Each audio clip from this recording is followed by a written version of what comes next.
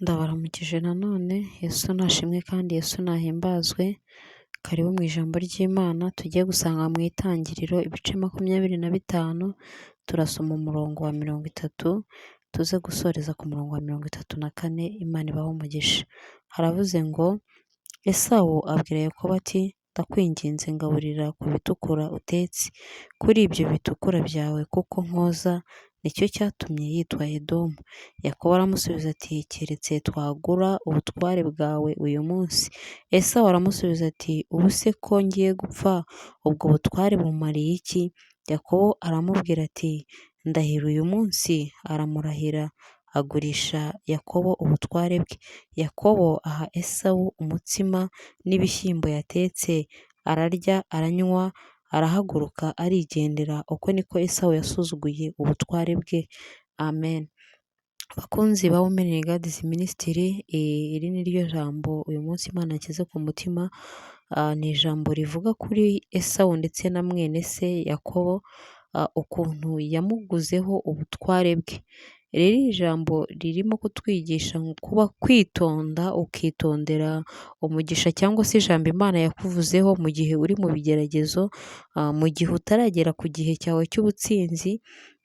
Itonde, witondere amagambo watuza akanwa kawe, kuko ashobora kuba umutego uhambira ukazinga ndetse n'imigisha yawe Imana yakuvuzeho.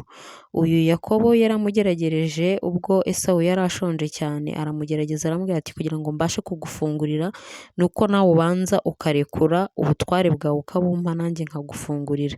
Rero wowe ugeze mu bihe bikomeye ukaba umeze nka Esawu, ukaba uri guhura n'ibihe bikugoye kandi ufite isezerano ry'Imana, ijambo ry'Imana rirakubwiye ngo itonde kandi wihangane, wirinde, udasuzugura ubutware bwawe cyangwa se ugasuzugura umugisha Imana yakuvuzeho, umugambi w'Imana kuri wowe, bigatuma utakaza kubw'uko uri mu bihe bigukomereye, kandi bigatuma utakaza kubw'uko unaniwe kwihangana.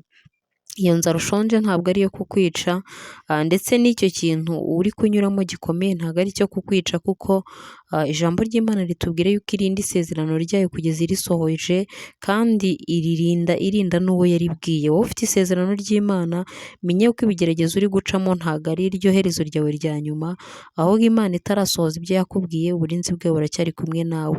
Rero ihangane, witwararike, urinde ururimi rwawe, urinde amagambo uvuga, kuko Yakobo muri uyu mwanya yabikoze ari umuvandimwe we.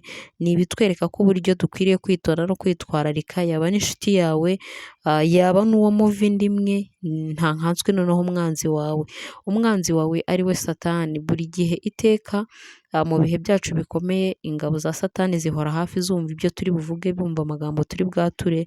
Rero Imana igufashe, iguha imbaraga yo kutatura amagambo mabi ngo utange ubutware bwawe cyangwa utange umugisha wawe.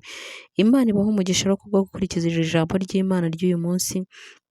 Reka dusengere hamwe. Mana yacu, tugushyize hejuru, uri inkuru, urera, urakiranuka, tugushimiye kubwira ijambo. Uwiteka, turagusabye tukwinginga ngo utubabarire intege nkeya tujya tugira mu gihe tugitegereje isezerano ryawe. Utubabarire kubw'amaraso ya Yesu, utweze udutunganye rwose, kandi isezerano wagiranye natwe wongere kurikomeza rwose. Nsabiye umuntu warebaga iri jambo, numuhe umugisha. Uwiteka Nyiringabo Imana, wibuke icyo wavuganye nawe, no kugikora ugikore, kandi umuhe imbaraga mu gihe agitegereje isaha yawe. Umurinde yuko yagurana umugisha wawe.